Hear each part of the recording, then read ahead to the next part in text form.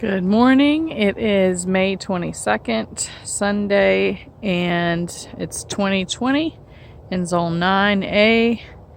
And I wanted to give a quick update of the actual vegetable garden. Did show a little bit of my flower garden a couple days ago, but we haven't got to the vegetable garden yet. So I want to quickly go through what's growing in the garden right now. So on the fence, you'll see my rattlesnake pole beans, which are my favorite pole beans to grow along with Kentucky Wonders. I think the rattlesnakes taste a little better, but I like how straight and consistent the Kentucky Wonders are. The Kentucky Wonder pole beans are growing along here. And then I have some tender green bush beans growing down here, which I'm not really impressed with. A lot of them seem to be curled up a lot. And then back here I have some dragon tongue bush beans, which are my all-time favorite bush beans. I've been growing them for several years. They are, even though they're bush beans, they are long and straight. And then I have some more Kentucky Wonders and rattlesnake pole beans. And then I have a combination of the Dragon Tongues, Royalty Purples, and Cherokee Wax down here. And in this section I have a Abe Lincoln tomato, and then I also have a bunch of Vidalia onions growing around. And then in the bed behind I have some Vincas that I have been growing since last year, a year before. And then these are purple tomatillos, and then the verde large green tomatillos growing here. And then I have the Lola banana peppers growing in this pot, which I bought as a small transplant. I bought about 4 of them, and they have been growing so well, so prolific, so beautiful. They grow so big quickly and they taste awesome. So I'm so happy with the Lola banana peppers. In this bed here I just have some leftover onions, some chocolate mint, some radishes, and then these are Danvers carrots. And in this bed I have a couple of sucker tomatoes. I'm not sure which one they were. I just rooted them. I had a bunch in a jar. And then in the back I have a climbing triple crop and a couple of Clemson spineless okra and a Mad Hatter pepper. And then I have San Marzano and Napa Chardonnay. And then in the corner I have a Paul Robeson. And here on this trellis I have a Firebird feather paste tomato. And it grows in clumps and clusters just like a cherry tomato would, but it's a paste tomato, but it has a very sweet flavor like a cherry tomato. It's just very thick walled, and also the stem and the actual plant itself is that of like a beefsteak. It's a very strong plant right from the get-go when you seed them and germinate them. So it really has the best of all worlds. It grows prolifically like a cherry tomato. It's sweet like a cherry tomato, but it's a thick-walled tomato, so it's good for paste and sauce, and it has a wonderful deep flavor to it as well as being really sweet. It also comes in a very hardy plant. So I never heard of this till I saw it on Amazon, and I bought these seeds this year, but I will always grow this because this plant for me has been aces so far. Next to it I have the Black Beauty, which I'm pretty happy with the Black Beauty plants that I'm growing this year. It's purple beefsteak. Here is some Bantam corn that my kids planted that is about ready for us to pick. And then here is some yellow straight neck squash and some coleus and petunias that I grew from seed. And then coming here I have another Lola banana pepper, some more cucumbers. I have a few of the Max Packs that came up, and then some national pickling and some of the munchers. in here. And then here, growing some munchers and some Space Master bush, and a couple of these guys are struggling now. All my curbitas are struggling from pickle worms and vine borers and powdery mildew and you name it. So we're really working on that right now, on all those things. Right here I have a Fuego jalapeno. I got 4 of these at the same time that I got the Lola banana peppers, and they're supposed to be a really hot jalapeno that's hotter than normal, and they have also been very prolific and very great tasting peppers. So here is what's left of my Phoenix tomato that I started growing in fall. It's a determinate bush transplant that I bought from the store. It has made tomatoes for me ever since October, or actually started making tomatoes around November. I got it in October, but it's about ready to pull out and plant something new. And then here I have some Marconi reds and some Scotch bonnet peppers and a little La Bamba jalapeno in the back. And then here is a cayenne pepper that is from last year, and all these peppers are from last year. And then here in this little island I have another fire feather. As you can see, it's loaded with little fruits, and this one's a little bit more, this particular plant's a little bit more of a spear shaped than the other ones. The other ones on the other plants are kind of more wide, but this one in particular has a more San Marzano looking shape to it. And then next to it I have a Cherokee purple that is putting on some fruit, some flowers that I grew from seed. This is a persimmon tree. And then in here I have a poblano bush, a Scotch bonnet, a big Thai, and a jalapeno right there. Besides the jalapeno, the other 3 plants are from last year. This is a forsythia bush that I'm figuring out where I want to plant. A husky cherry from last season that I'm getting ready to pull out and plant something new in that pot. And in this pot I planted some pak choi and lettuce, and I believe that's joy choi, and same thing in that little pot down there. This is my dwarf banana tree that's put off some pups I want to separate soon. And then in this bed I have some cream 40 peas that I have planted that I need to keep watering so they will germinate some more. In the end we have an amethyst and some other kind of eggplant that I overwintered. More of the vincas that I've had growing for a couple of years. And then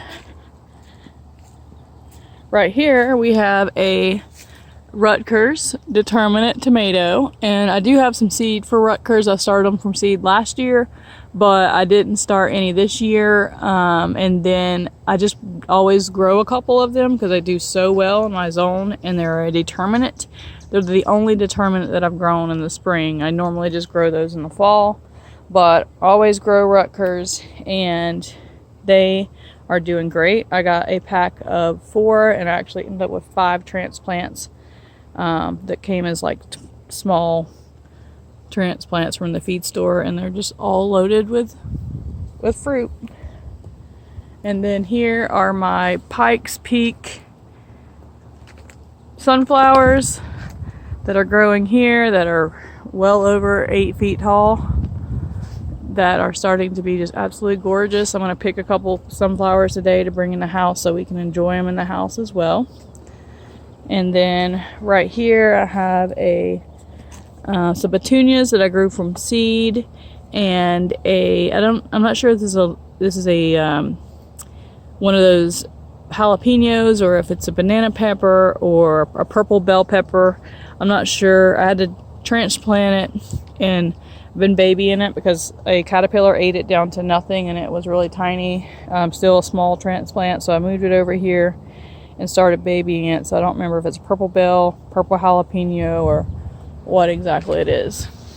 So over here I have a Kellogg's breakfast which is just now growing its fruits. I haven't picked one of these yet. They seem to take a little longer than the other ones to get fruit. I've been picking fruit off almost every other type, but I haven't picked Abe Lincoln or Kellogg's Breakfast yet.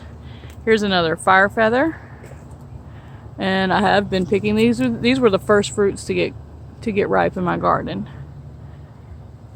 and they're just awesome. That's all I know. I'm gonna outgrow those. I'm gonna save seeds and keep growing those. And this is the Napa Chardonnay, which is also a new variety that I tried this year that are awesome. You can just see how many fruits are on this plant, and that's been consistent through all the plants that I grew. They germinated super well, and this is what they look like. They might get a little bit more gold than that, but that's pretty much it, and they are super sweet. Like a gold bunch is what they remind me of. And then here is my pink ox heart, and it's got some fruit on it. I picked one off of here, but it's got several. And then next door we have the Dr. Witchy, which is my favorite yellow tomato. But the azoitas I'm trying for the first time this year, and they are just as tasty as the Dr. Witchies, but I haven't got any as big as the beefsteaks that I got off of my Dr. Witchies last year. And then this is this says Napa Chardonnay, but that's not a Napa Chardonnay. I'm not sure which one that ended up being, but it's got a lot of flowers and getting a lot of fruit on it. And then here is one of my all-time favorites, the Blueberry Clackamas, a large blue cherry, and it is one of the most tastiest, most prolific tomatoes. And I'll be saving seeds this year because I don't have any more seeds and I can't find any more. And this guy is a new variety that I'm trying for the first time this year, and this plant itself has been struggling. It hasn't been the healthiest plant, but it did put on a couple of fruits now, and they're really starting to be really pretty. So I've got another one planted in a completely different part of my garden to see how it does in different places. But definitely a pretty plant, but just the plant itself is kind of a potato vine or potato leaf, and it has struggled. The plant itself has, so we'll see how that goes. And then here I have another fire feather, which you can see is covered in clusters of fruit. And then another Kellogg's Breakfast, which has a couple of good sized tomatoes on it, but not anything ripe yet. And then coming along to here, this is just a standard beefsteak tomato. Just a generic beefsteak, I guess. And then this is an Abe Lincoln, which has several little clusters of fruit on it, which I haven't gotten. I expected to get some bigger fruit from these Abe Lincolns, but I haven't so far. So we'll see how that goes. I haven't been overly impressed with them yet, so we'll see how it goes. Another Dr. Witchy, and there's getting to be a couple of big fruits on here. Haven't picked one of those yet. And then here's another standard beefsteak, another Black Beauty, and in the back here is another one of my beautiful Blueberry Clackamas that I'll be saving seeds for. This was supposed to be a Napa Chardonnay, so there must have been a mix-up because this is not a Napa Chardonnay. I'm not sure what it is. And there's been a lot of mysteries in the garden this year as far as things not turning out to be what they were marked to be. So I'm not sure if my little garden helper switched some things around on me or what, but that's always a possibility.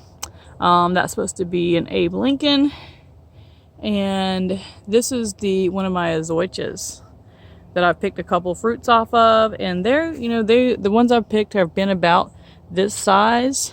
But they are so beautiful and they are so sweet and tasty. I really like those. So this one says it's a Roma tomato, but it obviously isn't. I'm not sure what it is, but it has a really big tomato on there. Only has a couple of tomatoes, but they're big. And then here's another Blueberry Clackamas, another Black Beauty, and another Kellogg's Breakfast with some good sized fruit on it. And several clusters on it too. Here's my grapevine, growing some muscadines. Hopefully we'll get fruit this year, and if we do, it'll be the first year in the 5 years that we've lived here that we have gotten fruit. So really hopeful on that deal. And going over here, just want to show you growing up I have a bed of squash. It's got yellow zucchini, yellow crookneck, and butternut squash and pumpkins in here. And just the other day, yesterday I believe, I found my first pumpkin, and I'm not sure if this is the black Ukrainian pumpkin or if it's a Jack B. Little. I planted both kinds, and I really didn't mark them because I didn't know if they would germinate because they were older seeds, and one of them came up. So, not sure, but we do have several little butternut squash.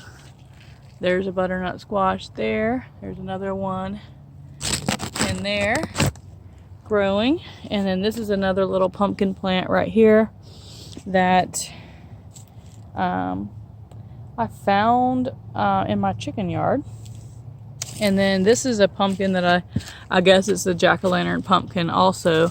This going through here that I found next to my patio that I relocated. So I've got 3 pumpkin plants in total. 2 of them I moved that were volunteers in other parts of my yard.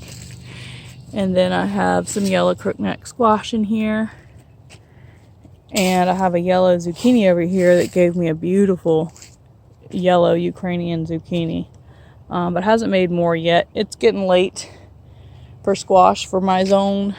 This is what's left of my spaghetti squash plant. It actually did really well. I've gotten 4 big squash on it, and I have 2 more on it now. And these pantyhose are actually to keep the pickle worms from drilling into them till they get ripe and harden up. But this plant has succumbed to, it has been attacked by vine borers, it has been attacked by pickle worms, and it has about succumbed to powdery mildew. So I don't know if those may be the last 2 fruits that I get. I'm just fertilizing and cutting off the worst stuff that I can find, and trying to dust the vine borers and hope for the best. But I think it's a losing battle with that plant. But I've started some more that I'm going to be planting out in different places. So same thing with my acorn squash. I've gotten 3 off of here, and there is probably about 5 more fruits on here, 5 or 6 more, but it is struggling from the powdery mildew for the most part. And down here is my dwarf Peter Pan, green patty pan squash from Burpee, and it's got a couple fruit on it, but it's not looking the best because of powdery mildew. But I've got a bunch of fruit off this plant, and I am happy with the amount of fruit that I've gotten off this plant, as well as my spaghetti squash. I hope I can get a couple more for my acorns. I did get 2 or 3 off this green zucchini, but it is also struggling, as is this one, just getting so hot and all the pests are attacking them. And this is my berry bed. Finally got my berry bed almost complete. I have 3 blueberries, and there's a rabbit eye, and then 2 blue powders in here, and then I have a Freedom blackberry, and then 2 sweetie pie blackberries that I still have to plant in the ground.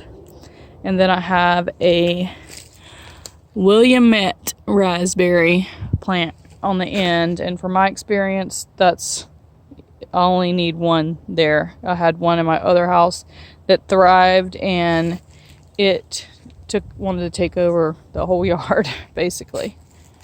So we'll just go up the other side, and then we'll come down the middle. I don't know what kind of tomato this was. It was marked as a fire feather, but obviously wasn't as far as the fruit is concerned. And then I've been cutting off bad blight. I've been struggling with early blight this year because it took so long to warm up, which is uncharacteristic for us. But the plants are still going. I'm still fertilizing them. They're getting better. They're starting to put on more fruit and adapting to the warmer weather. So I think we're going to be good. Here's some more Black Beauty. Paul Robeson. I've only got 2 or 3 Paul Robeson plants, and I haven't got any ripe fruit yet, but this one has a few pretty tomatoes on it. Another Kellogg's Breakfast, and then this one here is another vine from the Kellogg's Breakfast, and then this one is a Dr. Witchy, which aphids are attacking, and something is eating it, which I'm just now seeing this. So I'm gonna have to spray some neem on this guy. Blueberry Clackamas. This one it doesn't look so good. I mean, as far as being as big as the rest, because it's right next to my sprinkler and it got beat up by the sprinkler when it was smaller, but it's still pulling through and trying to make some fruit. Here is the store aroma that I have, that I saved from seeds that I got from the store 2 years ago, that I've been growing tomatoes off. That one tomato that I saved seeds from for the last 2 years, and they're really nice Roma tomatoes. Nice and big, meaty, everything that you could hope for. This is another Kellogg's Breakfast. It's got some nice sized fruit on it. Putting on some more fruit at the top. And this is I believe this is a regular beefsteak tomato here. And then here is my Charentus cantaloupe, and it's growing in my old wheelbarrow. It is getting some powdery mildew, but we have some fruits. You can see those 2 right there, and then one that's starting to stripe up right here. From what I know of, this is just a smaller cantaloupe type, but that is the closest to cantaloupe that I've ever grown before, so I hope they can ripen up and get a few fruit off of it. More Black Beauties that haven't turned yet. I got a nasturtium, some Jimmy Nardello, and Mad Hatter peppers down here. Another fire feather right here, which has got some curly leaf going on it, but it's just starting to put on some fruit.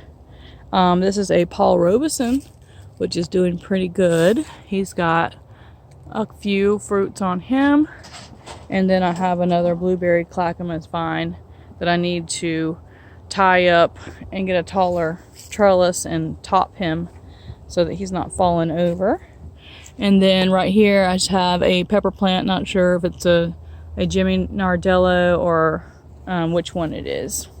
And then at the end I have another Black Beauty, and then here's my little sunflowers that are growing here. These are the Pike's